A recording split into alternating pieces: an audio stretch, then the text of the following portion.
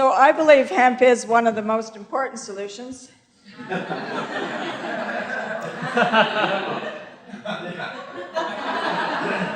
This is what most people think hemp is about. I used to carry a big reefer around, you know, like Bob Marley style thing, right? Because everybody thinks hemp is just drugs. So many people, I saw how many people didn't put their hand up in here when he asked who's using hemp, right? That's because our government hasn't got enough intelligence to actually promote hemp and get behind hemp. Hemp is the ultimate solution as far as agriculture is concerned, as far as human food is concerned.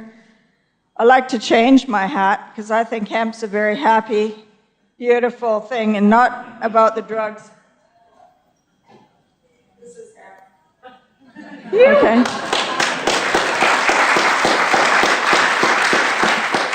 Okay, we've been growing hemp in North Queensland since 2002. Presently, we've grown in 4 different states. My company that I founded back then, we've grown in Tasmania, New South Wales, Queensland, and now we're growing in Victoria. And the biggest crop in Australia right now is in Geelong, in the neighborhood. So, well, you don't want to go there because there's rules about that, but that's one of the plants that we grew back in the mid-2000s and around 2005 or 6. I had a whole crop of plants that I grew that came from China. The seeds came from China. Because they've been growing that plant for thousands of years, their seed varieties are extremely low in THC, which is the drug-active component of the plant. This plant here, I'll just show you what it looks like. In 5 months, that's what the plants look like. The one here is actually a 7.5-month-old plant. That one tree, which became a tree, produced about 1 kilogram of seeds. 20 grams of seeds is 1,000 seeds. So you can imagine how many seeds you can get from one plant. Now, the amazing thing about that is that I was working with the Queensland, James Cook University in North Queensland. We have, they came in and did some studies and tests with the crops. But they told me that when I showed them those plants, the size of them, they said if that was a pine forest, that would take in the vicinity of 5 years to get to that size. That picture with the hands around it, you couldn't even actually get your hands around it. Oh, there he is. This is just a brief history of hemp. Hemp's been around as long as we know because it's part of the plant kingdom. But as a use of being used as a plant, it's been found in mummies, where people have found it inside of the mummies, where people have eaten the plant, as well as being wrapped in shoes and clothing that are thousands and thousands of years old. Also in Mesopotamia, where they found bridges and aqueducts that had been built with hemp fiber that are over 1,000 years old, and they're still standing there. If you combine hemp and lime, there's a small sample outside on the table. If you combine hemp and lime together, what happens is a completely different structure occurs which outlasts cement. Cement starts to decompose after about 100 years because it has radioactive components in it. The lime, when you mix it with the hemp fiber, actually petrifies. So that's why it's still around after 1,000 years. It's more flexible too. We're going to go into that a little bit more. During the Industrial Revolution, and prior to that, in the 1700s, a lot of people don't know this about hemp.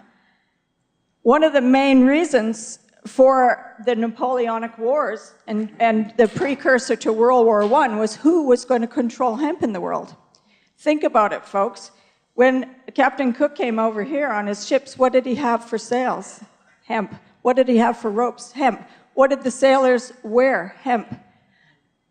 The modern world, as we know it, has been conquered through hemp.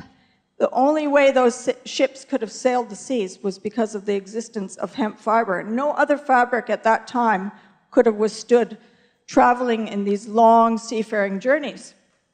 So hemp's played an incredibly crucial role in the development of modern civilization. The other thing people don't know about is the sailors actually were fed a food called gruel. Have you ever heard of gruel? Gruel was actually ground up hemp seeds, just boiled like porridge. And because the hemp seed is so nutritious, that's all they ate. And it was boring because they had it every day, and it has a lot of grit in it. The seeds are very tough. It's classified as a nut. But that was also the food that those guys ate. And they still managed to go around the seas. So they had all these stores of hemp. Then, of course, as we come through into the 1900s, economic imperialism, which is people taking over and colonizing different parts of the world. And now there is a modern resurgence of hemp, which is just wonderful to see. Back during, many people have heard about the conspiracy around hemp, where there was the DuPonts and there was these other people that were involved in squashing hemp. They wanted their new fibers to come in, nylon. They wanted to have chemicals that they could sell to chop up trees and break up trees and produce pulp using these chemicals. Of course, trees make really crappy paper. I'm going to tell you all about that and why that is such an important issue as well. But in order to sell these chemicals, we had to get rid of the most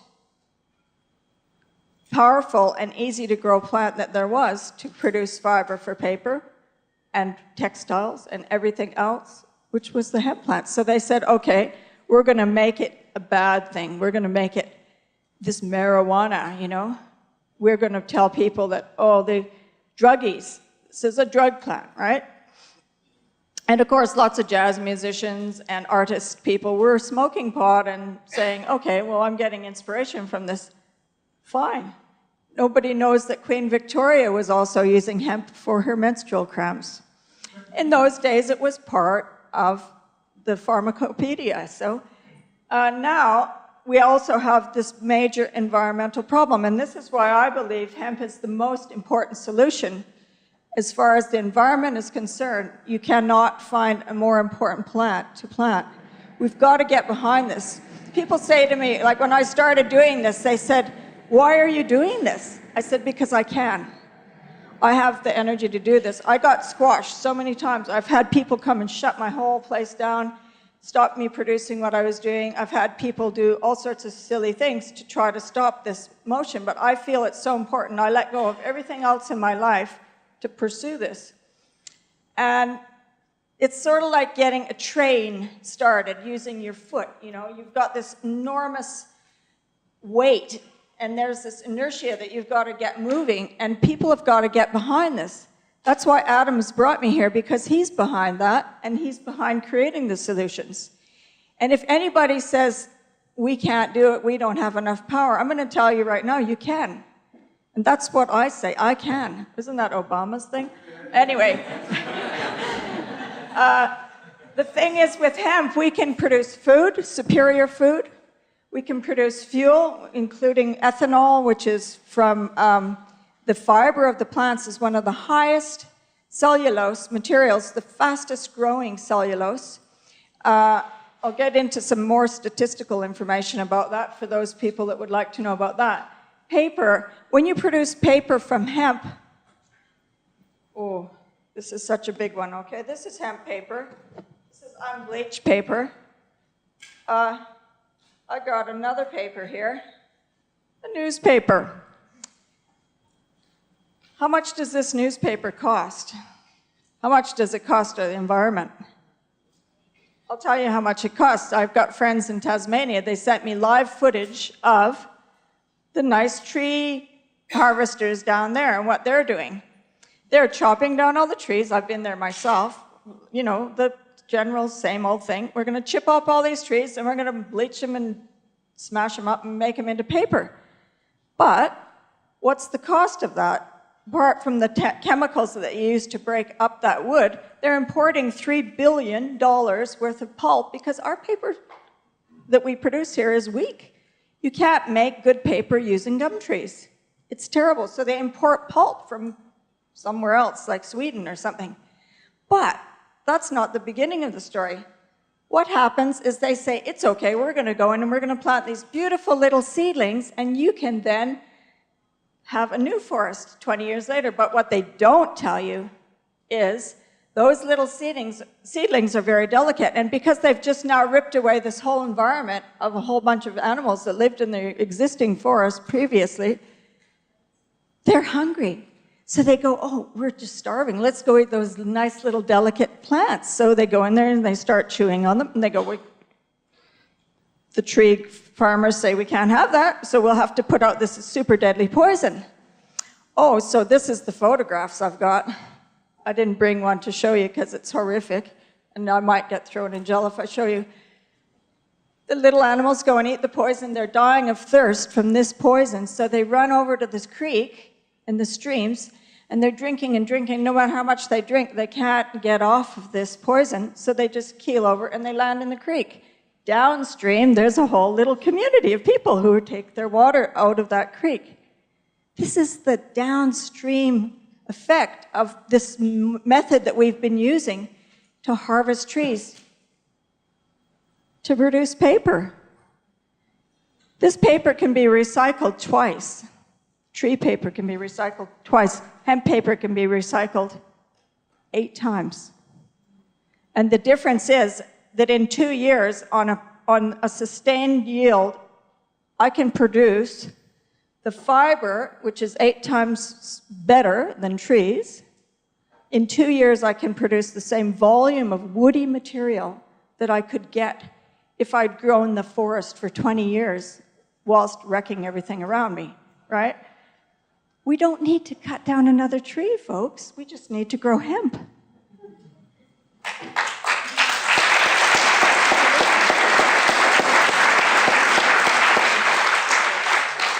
Wood products, right? This is wood. This is a piece of a hemp plant. Like I said, 7 months and you can have a tree, right? This woody material is what they used in the Mesopotamian foundations of the bridges. We are now building buildings in Australia using this as well. I'll show you some pictures in a minute, but I just want to show you that this fiber here, this is the outer fiber which has been cleaned from the bark of this hemp tree, right? It's very light, it's very fluffy. If I roll this up and just twist it once, you will not be able to break it with your hands. It's 4 times stronger than steel. If you mash that plant up, if you take this whole plant and you mash it while it's green and you extrude it, you don't even need any like chemicals or anything. There's glue in this already. It's called lignin.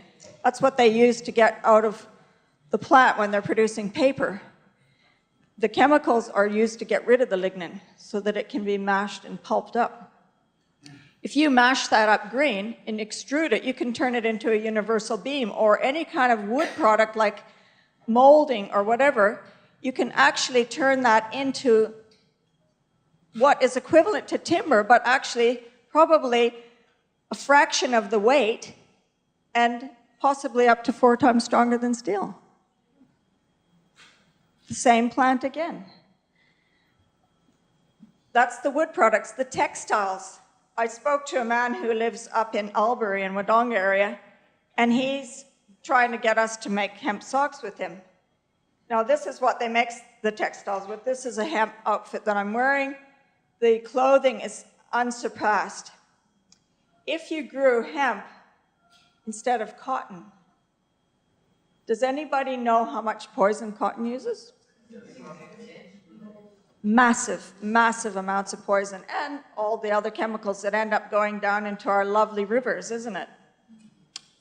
Now, if I grew hemp instead as a fiber for my textiles, what I end up with, this guy that I've talked to with the socks, right? He wants to make hemp socks. He's got a towel from his family that he brought over from Romania. I think it's Romania. Anyway, this towel's over 100 years old, and he's still using it. It's got his family initials on. 100-year-old towel. Has anybody ever seen a 100-year-old towel? Because it's hemp, it doesn't wear out. Okay, now if I'm going to grow this hemp fiber, in a field, instead of cotton, that field is going to need a quarter of the amount of water that I would use if I was going to grow cotton. It would use virtually no chemicals. You might use a very, very small amount of something to balance something out, but it's basically not necessary. But the other amazing thing is this plant, this hemp fiber, will out-yield the cotton 400 times. And then it's going to last for 100 years. Why are we growing cotton? It's nice stuff. You can make the same things with hemp. And in fact, come out and see the trousers outside that are made from hemp. They're like silk. They're not even bleached. It's the raw fiber. It's unbelievable fiber. It's so beautiful. Okay, we've got cosmetics for your body.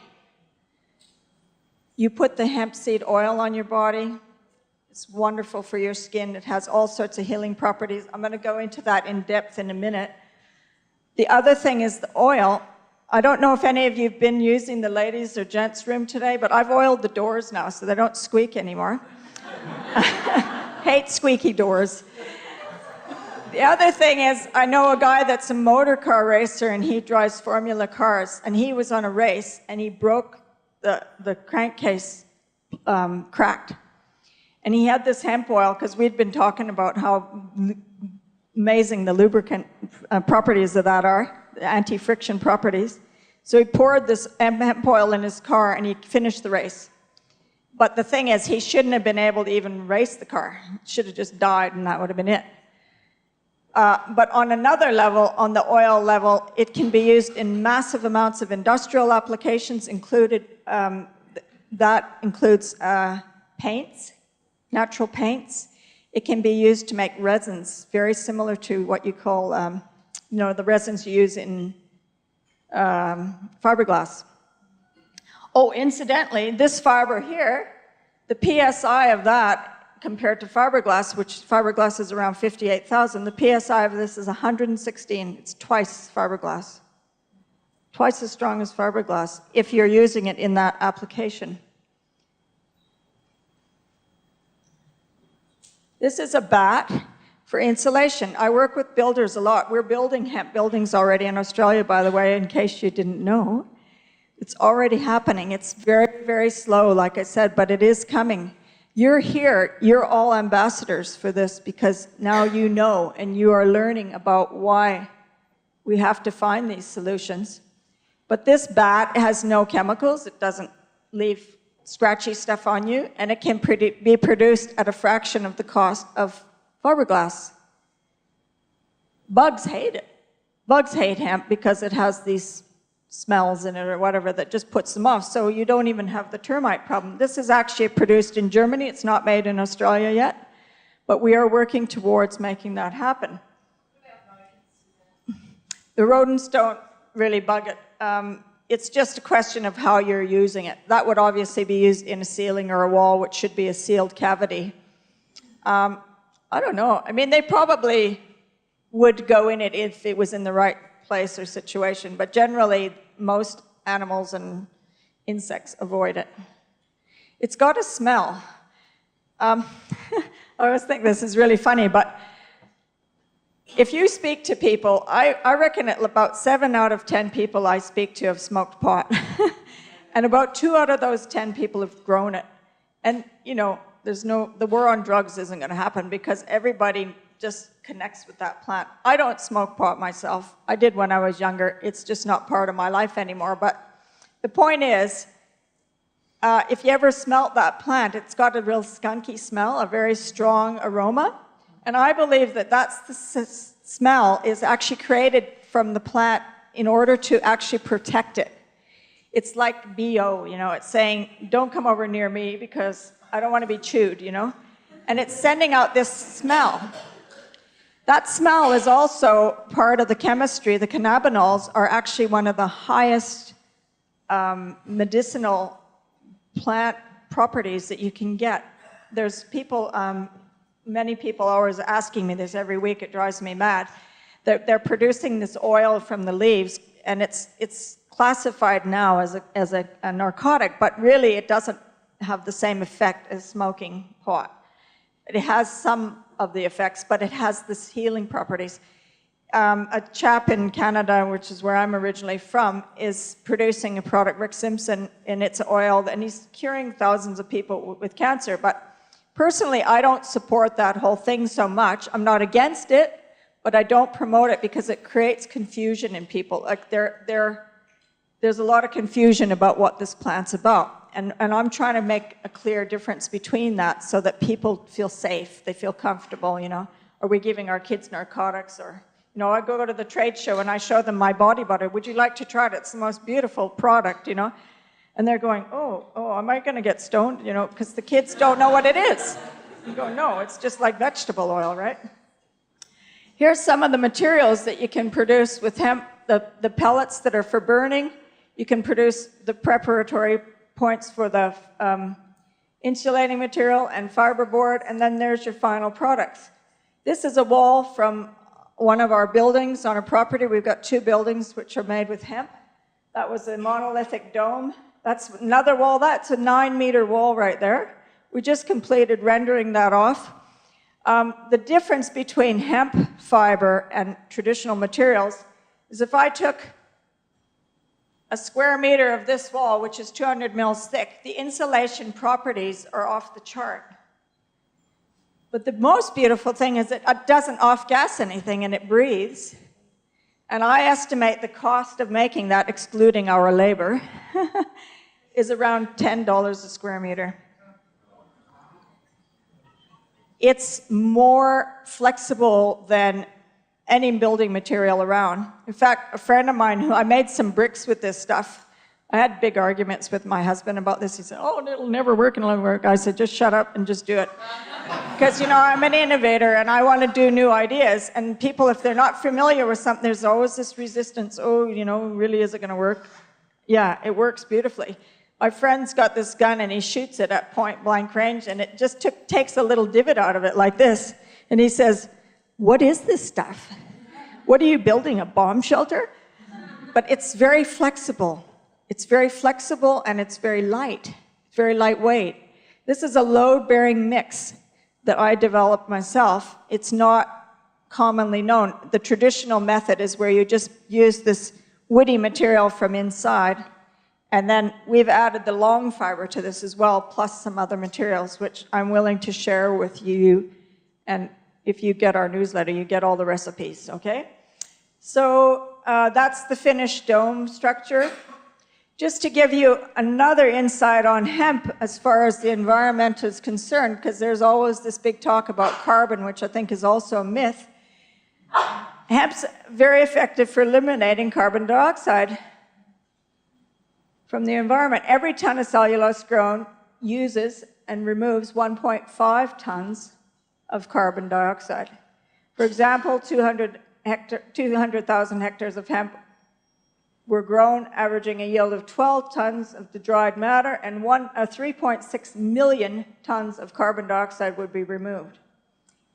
That's a lot of carbon, and as long as you put it then into a building or something that locks that and entombs it, that then locks that carbon up. It also makes what you've just built extremely tough. The carbon actually adds to the strength. There's the hemp paper. Not all hemp paper looks like that. You can turn hemp into just your normal looking nice white paper that you see. No problem. It takes a lot less chemicals because it doesn't have the same substance as trees. The textiles, in Australia, we're working on textiles right now. We've got a lot of irons in the fire. This is a lady that I work with from China who does, the Chinese have never stopped doing hemp. There's a funny kind of double standard going over there, but we've got some fiber here in the Dorito bag. This has come straight out of a machine from Australia. An Australian innovator, inventor guy created a machine that you can take it straight onto the field, push in your hemp stalks, and out comes the fiber. This hasn't been cleaned or modified in any way, but if you feel it, it's very silky. It's a beautiful fiber. He's now going to start producing those in a bigger way, but unfortunately, Australia lost a lot of its textile industry because we couldn't keep up with Asia. Now, if we made that in Australia, if we made that textiles, we could compete. Even from China, the textiles there are around $22 a meter for just pure hemp fiber cloth. It's not cheap. That's wholesale.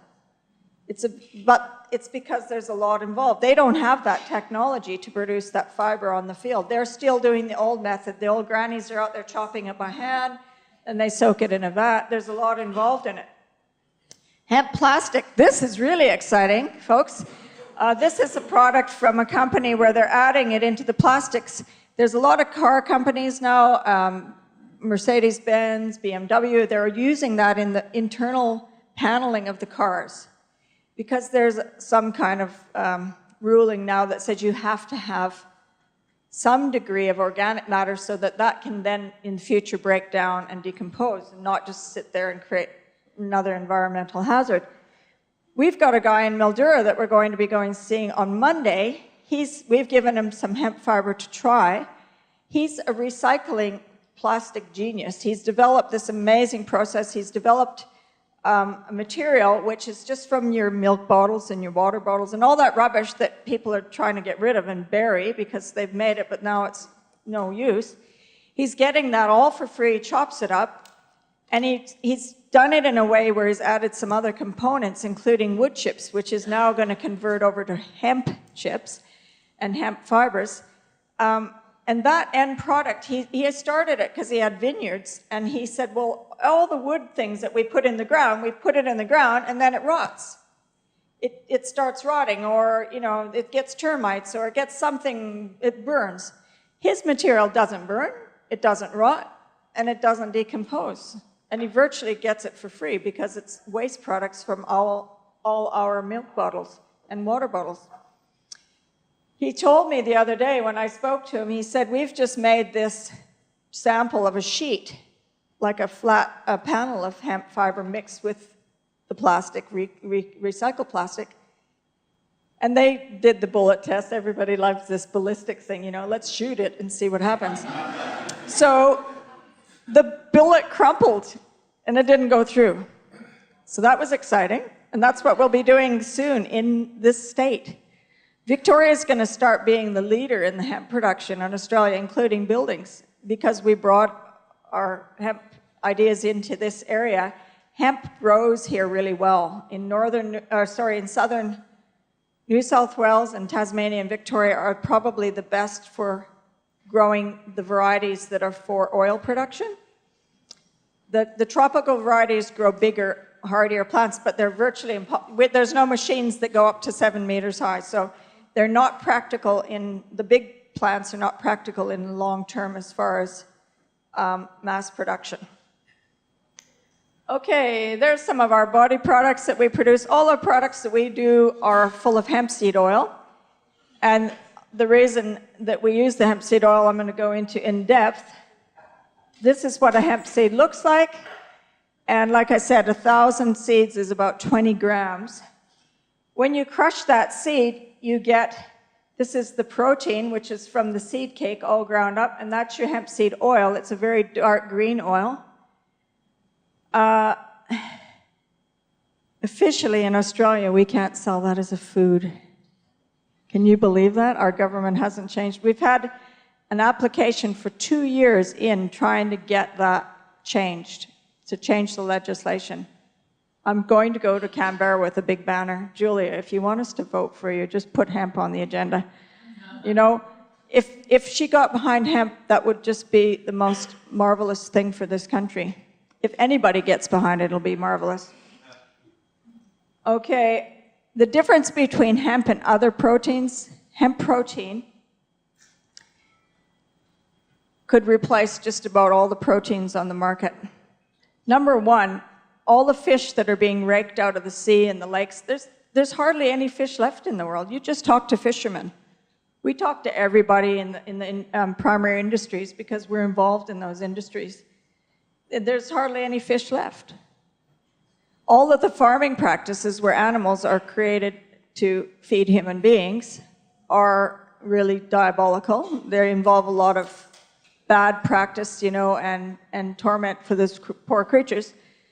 The thing with hemp is, if you compared it to any meat product, it's approximately double the protein. So say a chicken is 14% protein, hemp's 32 to 35% protein, complete protein. But the difference again, and then compare it to soybeans, which are approximately the same as hemp, but you can't digest a soybean. In Ayurvedic medicine, soybean isn't even classified as a food. It's classified as a not food. Don't even feed it. They're feeding it to all the animals. They put it in your bread. Soybeans are not for human consumption, sorry. And forget about soy milk. All it does is produce mucus and clog up your whole bloodstream. It's not a solution. It's a way to feed more people so we can have more worker ants. The thing is, when you cook protein, you lose 2 of the essential amino acids. The essential amino acids means you have an incomplete chain. This is very simplistic. If that key has to open that cell to produce a body cell, but I don't have complete protein, all my amino acids, I can't open the doors. And so what it does is it deposits in between your cells and creates sickness. Almost everybody you meet is decomposing and sick because they're full of all this undigested protein. No other animals cook their protein. You never see the dingo roasting his lamb on the fire, do you? No. We're the only creatures that cook our protein. And it sets up huge amounts of problems. I'm convinced that a human being should be able to live at least for 150 years, comfortably and healthily, if they have the right nutrients. You can eat this stuff raw. You can get the seeds and shell them off, and you get, by the way, hemp's got 3 times as much calcium as milk. That's another part of it. Okay, there's your hemp comparison on your omegas. Some gentleman came before, I wouldn't answer his question. He was trying to pin me and saying, does that mean I'm supposed to stop? Yes. I'll use that random noise to say that. But 5 minutes, is that okay? I'll try to wrap it up in 5 minutes. Yeah. I mean, everyone's loving this, right? Yeah. Thank you. Anyway, he says, don't we get enough omega-6? Because he says, well, hemp's got too much omega-6. Everybody's using this argument because you hear it from the nutritionalist people, right? That's a myth, folks. It's a big myth. Your body needs 3 times more omega-6 than 3, but what is the omega-6 you're getting in your diet? Where does it come from? The primary source that's quoted as your source, sorry to tell you, it's margarine. Margarine is just rubbish. It's plastic. It's hydrogenated oil, which is full of trans fats. You know why everyone's got cholesterol? Because they're eating margarine, which is eating holes through your blood veins, and it makes you sick.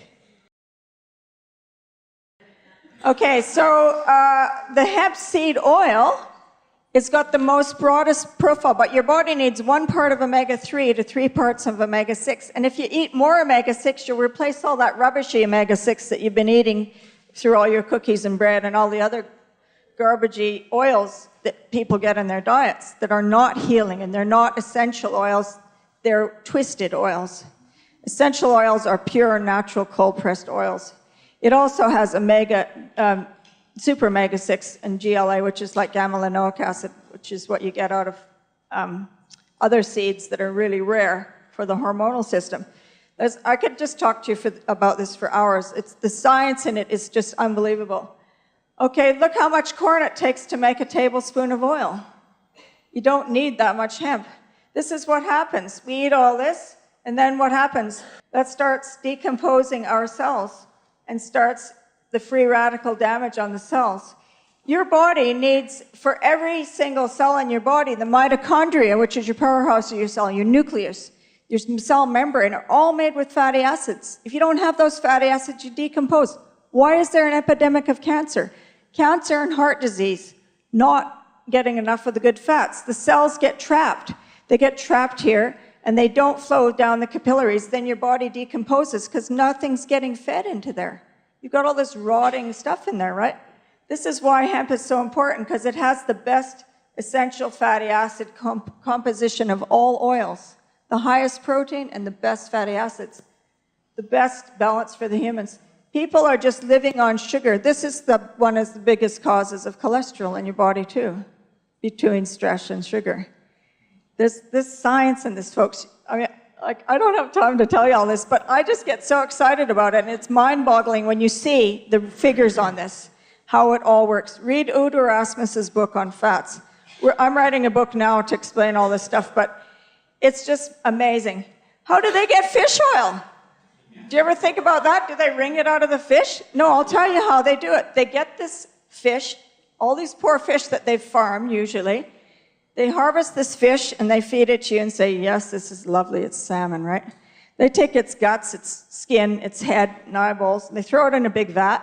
They boil the hell out of it because it's, stinky.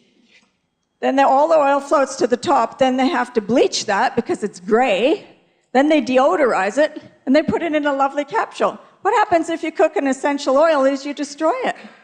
They tell you this is health food. It's the biggest myth going around in the health industry. Fish oil's not good for you. I can give you hundreds of tests that show all of the peer-reviewed studies on fish oil that say it's all rubbish. Hundreds of them. Okay? We're all getting programmed the way they want you to. This explains what your cell composition and the fat in the cells and how the cell breaks down. This is what happens in a healthy cell. Then you insert these trans fats, cell breaks down, decomposing body. So what do we want to do? Do we want to live like this, where everything's just going horrible and black and more congested and rubbish? Or do we want to evolve into a higher state of consciousness?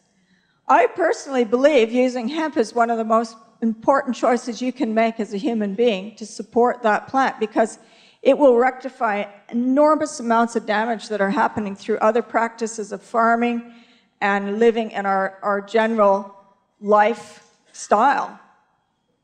Joanna Budvig, who discovered essential fatty acids back in the 50s, she was a biochemist. She was friends with people like Max Planck and Otto Warburg and Einstein. They were her pals. They'd go to parties, play violin, play music. And she told them about this stuff, and they said, well, it's a real crime, because they were developing margarine at the time. And they said, well, we've got to make margarine work, because there's all these billions of dollars that you can make from fat, and people need fat, so we've got to shut you up. She should have got a Nobel Prize. She was sent to court 7 times to try to throw her in jail for practicing medicine, because all she was doing was feeding people healthy fat. You're practicing medicine? She said, no, I'm just telling him to eat good oil.